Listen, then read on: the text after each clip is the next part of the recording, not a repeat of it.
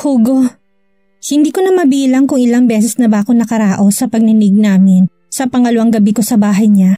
Same to what he did last night. Pumasok lang siya ng oras na nagpapahinga na ako. Nagigising na lang ako sa mga maiinit nitong haplos sa sensitibong parte ng katawan ko. Oh Hugo, ramdam kong mas bumibilis nitong paggalaw sa akin hanggang sa naramdaman kong malapit na rin ito sa sukdulan na tulad ng nararamdaman kong muli sa mga oras na yon. He is about to come with his last thrust.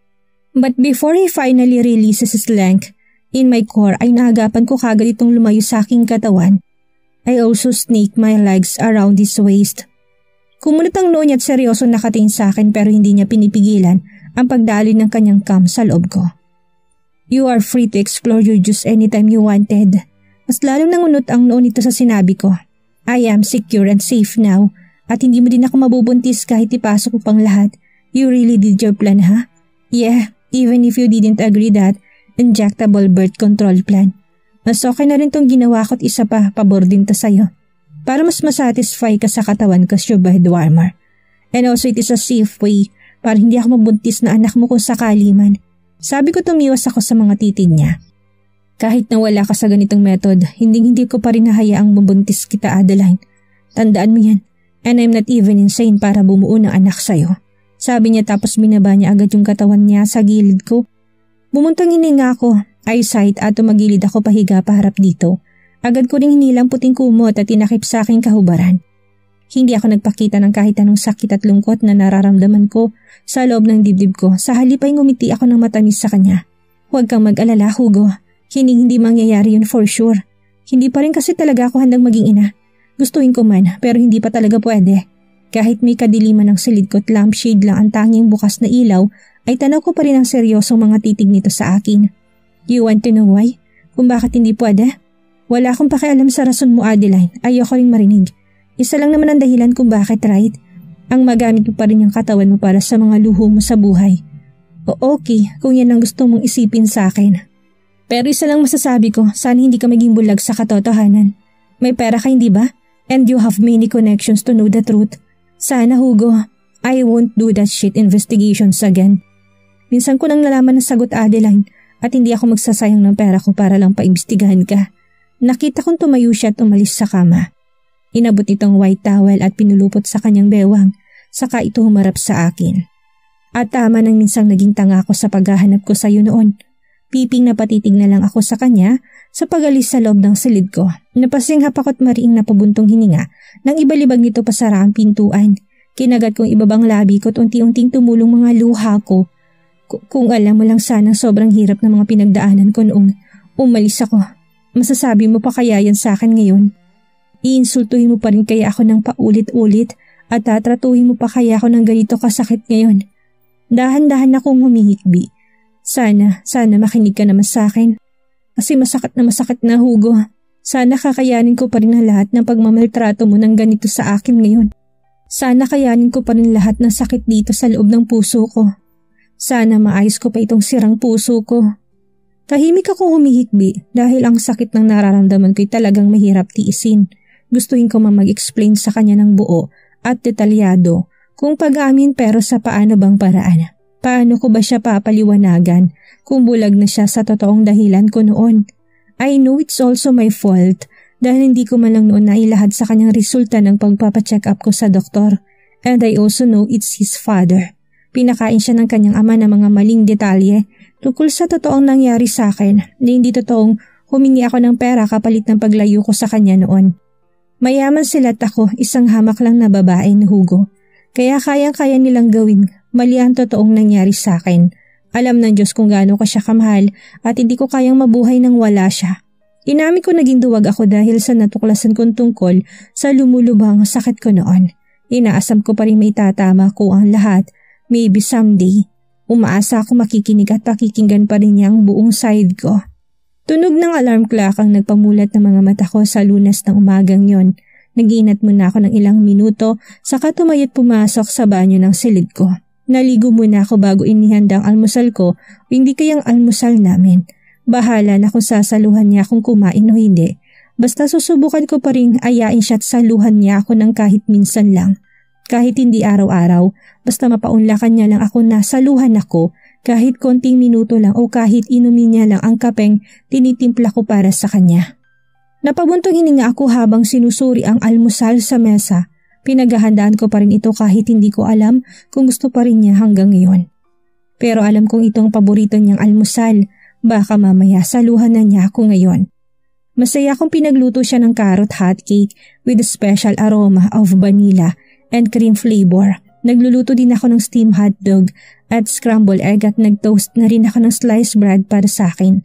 Pagkatapos ay mabilis din ako nagtimpla ng itim na kape na lagi niyang hilig inumin tuwing umaga. Umaasa talaga ako na sana maamoy niyang aroma nung lahat at pumasok siya dito sa dining area para kainin ang hinanda kong paborito niyang almusal sa umaga. Kakalapag ko pala ng kape niya sa table at gatas ko nang maramdaman ko ang pagpasok nito sa loob ng dining. Ibinaba niyang kanyang mga mata sa mesa. Suot na niyang suit niya at ang bagong paligo na rin ito. Katulad ko, pero ako nakaroba pa rin at nakabalot ang buhok sa towel. Good morning. Alanganing umiti ako ng bahagya dito. Umupo ka na. Pinaghanda pala kita ng paborito mong carrot hotcakes at that is not my favorite. Kumunot ang noon nito. Don't bother woman, you are really hard-headed.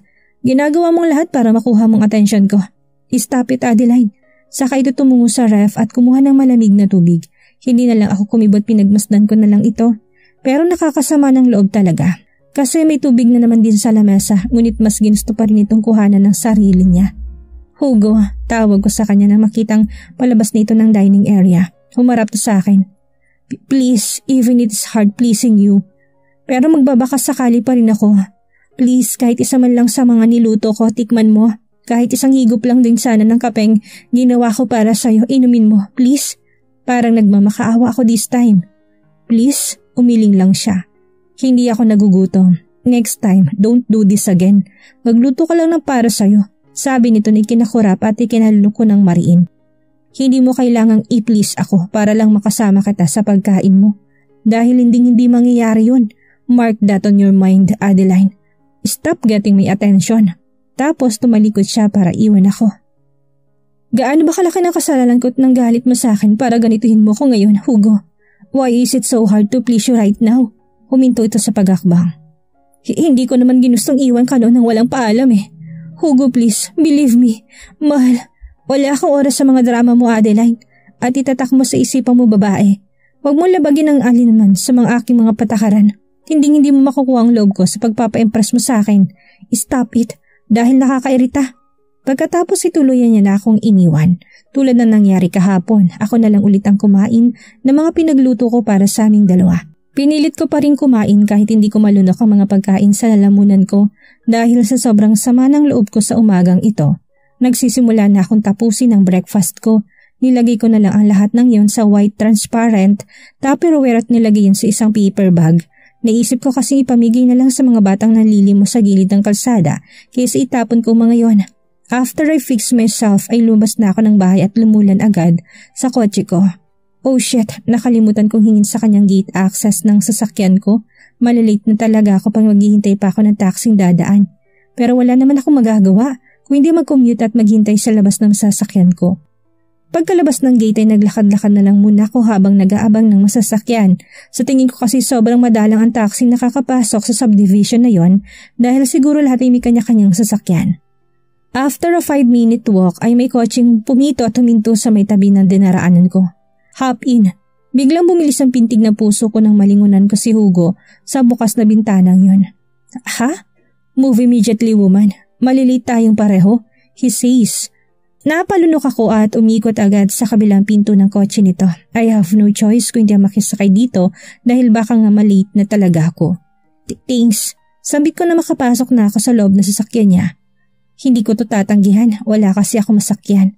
I'll give access to your car later tonight. Nakalimutan ko lang kanina bago umalis ng bahay. Just remind me. Tumango ako dito. Okay. Katahimikan ang bumalot sa aming dalawa habang nasa biyahe kami patungong kumpanya. Nang huminto kami sa stoplight ay may kumatok na isang batang babae. Nagpupunas ito sa saradong bintana. Humarap ako sa katabi ko sa kotse. Can I open the window? Nagtataka itong tumitig sa akin. Napatingin din kasi ito sa batang yon. Kahit hindi pa ito pumapayag, ay binuksan ko na ng kusang bintana ng kotse nito. Ate, palimos po, sabi ng batang babae sa akin. Umiti ako dito, tinabot ko yung mga pagkain inihanda ko kanina para sa almusal naming dalawa. Inabutan ko rin ito ng 100 piso. O, umuwi ka na sa inyo ha? Huwag ka magpapagala-gala dito sa gitna ng kalsada. Delikado yung ginagawa mo. Umuwi ka na't kumain ha? Wow, pagkain! Hotcake po ba ito't hotdog ate? Tanong ng batang usisain ng pagkain sa loob ng paper bag. Tumango ko dito at ngumiti. Yay! Maraming salamat po ulit ate. Bye-bye! Agad kong isinarang bintana ng tumakbong batang babae bago nag-turn ang mga ilaw ng trapiko sa isang go signal.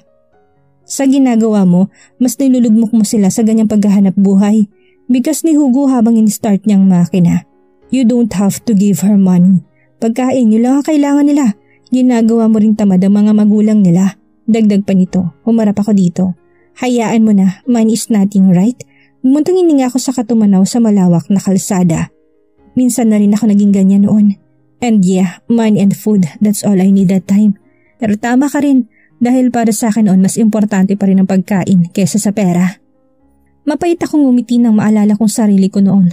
Bata pa ako't naging palaboy-laboy sa kalsada na walang mga magulang na nag-aaruga. When someone gives me food, kahit tira-tira na lang nila yon, sobrang masaya pa rin ako. Bakit? Ito'y dahil hindi ko na kailangang maghanap ng mga pagkain sa basura. Yung mga tira-tira, patapon at marumi na. Humarap ako dito at mapait na ngumiti. Buti nga sana yung batang yun, may mga magulang. Baka kasi katulad ko din, ulila siyang lubos. Dagdag ko, nakita kong pagkunot ng noon nito sa aking kwento. I forgot to tell you before, bago kayo ng punoon na mag-asawang walang anak. Naranasan ko rin tumira sa lansangan. Hindi ko alam kung sino ako. Hindi ko nga alam kung sinong pamilya ko. Ang mga magulang ko. Hindi ko alam kung mga buhay pa ba sila o baka naman isa lang talaga akong pagkakamaling nagawa nila. Kaya naman iniwan nila akong mag-isa sa kalye. Lumunok ako. Dahil hanggang ngayon kinakaawaan ko pa rin ang sarili ko. Hanggang ngayon hinihiling ko pa rin sa Diyos. Sana hindi na lang ako nabuo sa mundong ito dahil ang hirap palang mabuhay nang walang mga magulang sa tabi ng isang tulad ko. Ang hirap, lalo na kung nasa part ka ng buhay mo na kailangan mong maging matatag para sa sarili mo para lumaban sa pinakamahirap at kritikal na sitwasyong naranasan ko. Agad kong inangat ang ulo ko at pinunasan ng mga luha sa gilid ng mata ko. I'm sorry kung masyado akong emotional. Alam ko hindi importante ang kwento ko para marinig mo. Pasensya ka na. Nilagi kong palad ko sa dibdib ko, dinihimas kong puso ko dahil sa kumikirot yun ng bahagya.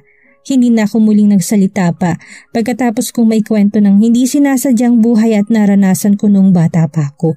Tumanaw na lang ako sa labas ng bintana at pilit kinalimutan ang mga nangyaring kahirapan sa buong buhay ko. Bakit hindi mo subukang hanapin ang mga magulang mo? Narinig kong untag nito sa katahimikan namin. Nangunot ang nukos ng lumingon ako dito. Hindi na ako interesadong makilala sila kasi mahirap. Hindi naman ako nagtanim ng galit sa kanila. Baka kasi may dahilan sila kung bakit nila ako pinabayaang mag-isa noon. Sagot ko dito. Kung sana rin may kahit isang bagay na iniwan nila sa akin. But no, wala kahit isa. Sa teleserye lang kasi nangyayari yung mga ganong sitwasyon. But on my case now, umiling ako dito. Wala, kasi wala naman o kahit ano na pwedeng maghatid sa akin sa mga tunay kong magulang. Ang umampon sa akin ang tanging nagbigay ng pangalan at apelyido ko. Kaya hindi ko talaga alam kung sino ako.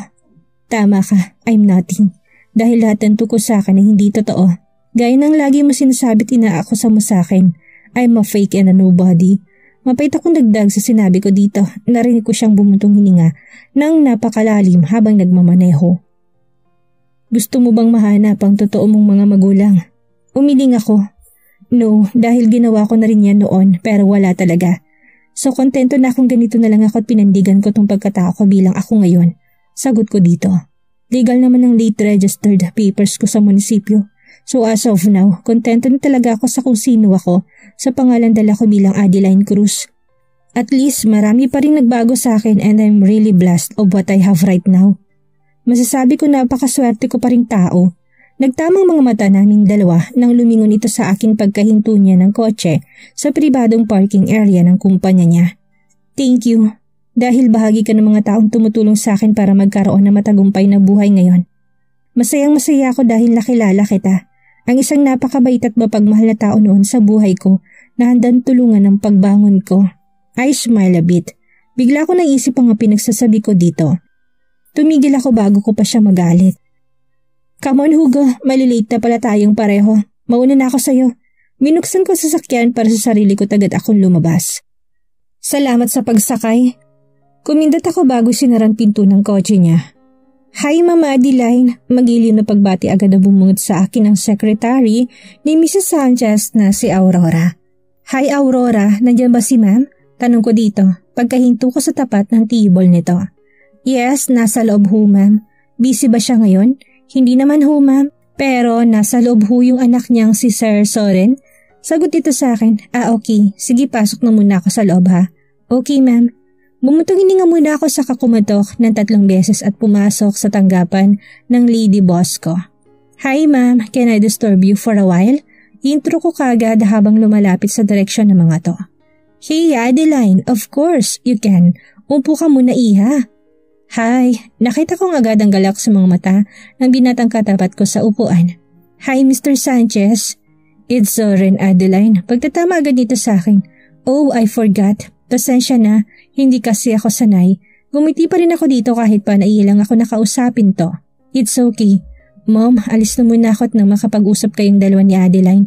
I'll be back later, Mom. Sisilipin ko na lang muna ang ibang mga departments. Okay, Iho. Thanks for the visit. Tumango siya sa inat ngumiti. I'll go ahead, Adeline. Sabi dito sa katumayon na sa harapan ko. I simply nod. Okay. Matipid kong sagot dito. Mas okay na rin yung umalis siya kaysa nandyan siya at naiilang lang ako. Ma'am, here, eto po talaga yung sadya ko kaya ako naparito ngayon sa opisina niyo. Inabot ko dito ang 2 files na dala ko. Kailangan kong agarang pag-aproba tungkol mo sa planong ito ma'am. Ito rin ang isang urgent na dokumentong kailangan kong maisubmit agad kay Mr. Dalsor sa araw ring ito. Tinanggap naman niya yon at agad pinasadahan isa-isa ng tingin. Wow, you really have a great idea Adeline. Approve na approve ito sa akin iha. Ngumiti ito habang patuloy na binabasang nilalaman ng mga dokumentong ginawa ko bilang proposal plan kay Hugo. Hindi talaga ako nagkamaling ikaw ang humawak sa projects na to sa Dalsor Industrial Company. You really amaze me ha? Tinataas mo pangalan ng kumpanya ko. Great Adeline, keep it up. Dagdag pa nito habang nilalagdaan niya yun ng paisa-isang bawat pahina ng dokumento. Here. Inabot agad niya yun na matapos na itong pirmahan ng lahat. Thank you ma'am. Nakangiti ko yung inabot at inayos sa mga dalahin ko pa yung mga documents. So how are you iha? It's been a while ha? Okay lang ba 2 linggo mong pag-uumpisina sa kumpanya ni Mr. Dalsor? Ma'am ask me at napaangat naman ako ng tingin dito. Okay naman ho, so far wala namang problema. Sagot ko dito. Oh, that's good. So about the Dalsor housing project, okay lang ba? Tumango ako dito. Okay lang din ma'am. So far, the construction still continuously ongoing. Wala naman di problema sa site ma'am. Nice to hear that. Hindi ka naman nahihirapang mag-adjust sa pangmalakad ni Mr. Dalsor sa kumpanya niya? Umiling ako dito. Hindi naman ho ma'am. Matipid kong sagot dito. Mabuti naman. Basta iha. Pag may tanong ka, kailangan o problema, tawagan mo lang ako. Dito sa Aurora, just inform me what you need and Mr. Dalsor needs para matugunan agad ng kumpanya natin ang lahat ng gusto niya. Sure ma'am, nakakaasa ho kayo. Sagot ko dito sa katumayo. Anyway ma'am, babalik na ho agad ako sa company ni Mr. Dalsor. Kailangan niya kasi mga to sa ngayon eh. Oh sure iha, ingat ka. Thank you ho. Lumabas agad ako sa tanggapan nito matapos ko ito makausap at dumiretso agad ako patungo sa elevator. Papasok na sana ako na may tumawag sa akin at agad lumapit sa tabi ko. Hey Adeline, wait. Napakunat ang noo ko nang makita kong sinong tumatawag sa akin at mabilis na naglakad. Zoren? Hey, paalis ka na kagad? Tanong nito sa akin. Yes, why? Can I invite you to go out for a snack before you go? Ha? Kasi, di ba babalik ka sa office ni ma'am? Yun na lang ang tanging nasabi ko. Yes, later. So, please kahit ngayon lang Adeline, look it's 1:45 time. Huwag mo lang makitang malalamang may lalaki involved habang humihingi ka sa akin ng tulong ngayon. I hear Hugo's words in my head. Please? Napatitig ako bigla sa mukha ni Zoren. Nagmamakaawa pa rin siya sumama ako sa kanya. Pero napapaisip ako dahil sa sinabi ni Hugo sa akin na nakaraang linggo. But Zoren is not my man. Nakakahiya naman kung tumanggi ako sa maayos na pag-imbita niya sa akin ngayon. Okay, basta sandali lang ha. He smiles warmly at me. Kailangan ko pa kasi isubmit ang mga to sa employer ko ngayon. Thanks, sandali lang naman tayo. Promise, he sees at nauna pa ito sa may corner at bukana ng elevator. Ladies first, I smiled and nod. Thank you, nauna akong pumasok tapos sumunod naman siya. Kamusta ka na? Napatingin ako sa reflection nito sa nakasaradong pinto ng elevator. I'm fine. Oh good, you look more beautiful today, Adeline. I mean always. Sabi nito sa akin, maganda naman talaga ako palagi. Kidding, agad ko rin namang binawi ang sinabi ko dito. He laughed suddenly. Yeah, you are right, Adeline. Maganda ka naman talaga. Kaya nakuha mo agad ang atensyon ko. Sabi niya habang nagtagpong mga mata namin. Napawing itikot na mula ako. Bolero ka rin eh. I'm not, Adeline. What I say is true. Nagkibit balikat ako. Eh di okay, sinabi mo eh. Thank you. Ngumiti siya tapos naglakad na kaming dalawa papuntang parking area. Nag-uusap pa rin kami ng bahagya. Naghihiwalay lang kami ng landas nang lumulan na kami sa kanya-kanya naming mga kotse. Nakapili na si Zoren na lugar na pupuntahan namin para sa merienda namin. Medyo malapit lang naman yun sa company nila kaya ayos lang sa akin at hindi naman rush hour. Kaya madali lang din ang biyahe ko pabalik sa company ni Hugo. Wala ba talaga akong pag-asa sa iyo, Adeline? Ha? Napaangat biglang tingin ko dito. I'm sure I can be a perfect boyfriend. Napakurap ako ng mata ko. I'm serious, Adeline. Napalunok ako nang hawakan niyang kamay ko. Agad kong inalis ang kamay ko sa kamay niya. Zoren, di ba sinabi ko na sa'yo na hindi pa ako handang pumasok sa isang relasyon ngayon? I hope you all understand me. I'm willing to wait for the right time. Hindi kita mamadaliin para sagutin ako. Saka siyang umingiti kahit may lungkot na pinapakita sa kanyang mukha. Handa ako maghintay sa'yo, Adeline. Basta wag mo lang akong pagbawalang ligawan ka ngayon. Bumuntong hininga ako sa kapilit ng umiti dito. Hindi ko naman hawak ang sarili mo para pagbawalan ka, Zoren. But still I want to remind you na hindi pa ako handa para dito at hindi ko alam kung kailan ako handang tanggapin ang pagmamahal mo. Hawak ko ng puso ko pero ang hirap din turuan nito na tanggapin at papasukin ka dito, Zoren. I just want to be fair. Ayokong paasahin ka't kung pwede man turuan ka. Gusto ko ibaling mo na lang si ibang pagtingin mo sa akin. Mahabang paliwanag at pagpapaintindi ko dito ng nararamdaman ko. Bumuntong hininga siya habang seryoso nakatitig sa mga mata ko. Sana ganun na lang din kadali ang lahat para maturuan ko rin naman itong sarili kong tumingin at mamili ng iba. Sabi nito sa mahinang boses. Adeline, hindi ko rin maintindihan ang sarili ko kung bakit ikaw ang ginasto nito. Sabi nitong walang pag-alinlangan kung nasaktan ka man kung sino man noon. Ibahin mo naman sana ako, Adeline, dahil kaya kitang mahalin kung sino ka at kung ano ka. Papantayan ko at masihigitan na pagmamahal ng kung sino mang mas nauna nagmahal sa'yo at minahal mo. I'm sorry, Zoren. Hindi ko pa talaga kayang magmahal sa ngayon. Ano kayang hindi inaasahang gagawin ni Hugo ikakagulat ni Adeline? Hanggang kailan kaya magiging bulag sa katotohanan si Hugo? Yan ang ating aalamin sa susunod nating kabanata.